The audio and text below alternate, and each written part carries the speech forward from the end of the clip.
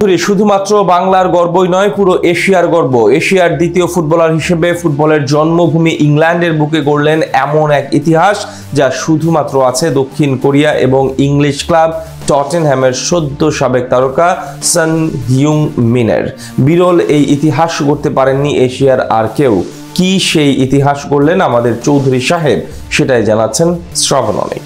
দিনের পর দিন, মাসের পর মাস, বছরের পর বছর লাল সবুজের পতাকার মান বিশ্ব বুকে উঁচিয়ে ধরতেন সাকিব আল হাসান আর তামিম ইকবাল। কিন্তু সাকিব তামিম দেশের ক্রীড়া অঙ্গন থেকে এখন অতীত। তাতে কি, পুরো বিশ্ব বুকে বাংলাদেশকে নতুন করে চিনিয়ে দেবার জন্য বাংলার সহস্র গর্বের মুহূর্ত রচিত করার দায়িত্ব যেন কাঁধে তুলে নিয়েছেন একজন হামজা দেওয়ান চৌধুরী। প্রি সিজনের শেষ ম্যাচে লেস্টারের জার্সি গায়ে ফিওরেন্টিনার বিপক্ষে হামজা চৌধুরী যখন আর্মব্যান্ড বাঁধলেন বাহুতে, তখন গোটা একটা জাতি গর্বে লাফিয়ে উঠেছে। হামজার এমন রূপকথাময় গল্প জন্ম দেওয়ার জন্য শুধু একটা জাতি গর্ব অনুভব করছে তা নয়, বরং গর্বের এই মুহূর্তটা পুরো এশিয়া মহাদেশের জন্যই বটে। কারণ দক্ষিণ এশিয়ার গণ্ডি পেরিয়ে পুরো এশিয়ার গর্ব হয়ে উঠলেন বাংলার ক্রীড়া অঙ্গনের এই অহংকার। ফুটবল অঙ্গনে লাতিন আর ইউরোপের চেয়ে বেশ পিছিয়ে আছে এশিয়া অঞ্চলের ফুটবলাররা। তবে পিছিয়ে থাকলেও অসংখ্য এশিয়ান ফুটবলার ইউরোপে খেলেছেন, কিন্তু এশিয়ার ফুটবলারদের মাঝে থেকে ইউরোপের ক্লাবগুলোর নেতৃত্ব দিয়া বিরল এক ইতিহাস বটে। আবার যদি সেটা হয় ক্লাব ফুটবলের সবচেয়ে প্রতিযোগিতাপূর্ণ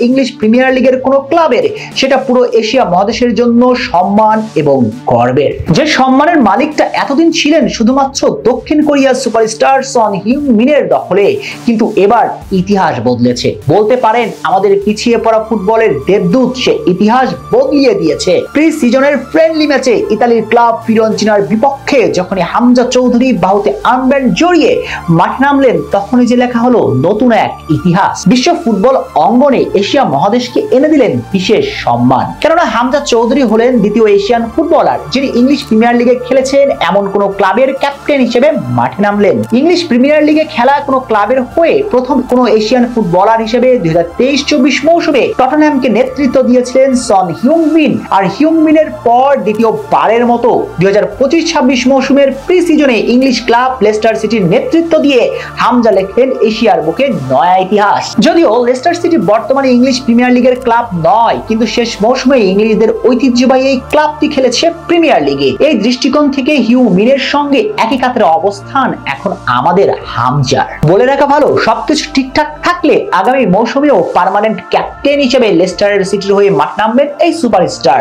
যদিও লেস্টার সিটির বর্তমানে খেলছে ইংলিশ চ্যাম্পিয়নশিপে, আগামী মৌসুমে প্রিমিয়ার লিগে যাবার জন্য ফাইট করবে ইংলিশ এই ক্লাবটি। হামজার নেতৃত্বে যদি শেষ পর্যন্ত প্রিমিয়ার লিগে যায়, তবে সেটাও হবে হামজা, বাংলাদেশ এবং এশিয়ার জন্য বিরাট এক প্রাপ্তি। শেখ শ্রাবণ অনিক, সিটি নিউজ।